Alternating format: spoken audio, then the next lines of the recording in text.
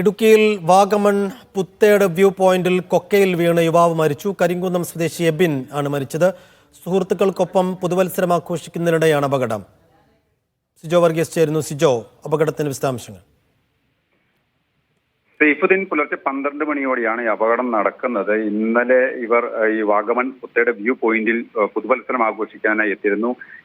ഈ കരിങ്കുന്നം സ്വദേശി എബിനാണ് മരിച്ചത്. സുഹൃത്തുക്കൾക്കൊപ്പം ഈ പുതുവത്സരാഘോഷങ്ങൾ നടക്കുന്നതിനിടെ എബിൻ ഈ കൊക്കയിലേക്ക് പതിക്കുകയായിരുന്നു. തുടർന്ന് ഈ സുഹൃത്തുക്കൾ വിവരമറിയിച്ചതിനെ തുടർന്നാണ് പോലീസും ഫയർഫോഴ്സും എല്ലാം സ്ഥലത്തെത്തിയത്. പോലീസിന്റെയും ഫയർഫോഴ്സിന്റെയും നാട്ടുകാരുടെയും സഹകരണത്തോടെ ആശുപത്രിയിൽ, തൊടുപുഴയിലെ സ്വകാര്യ ആശുപത്രിയിൽ എത്തിച്ചെങ്കിലും ജീവൻ രക്ഷിക്കാനായില്ല.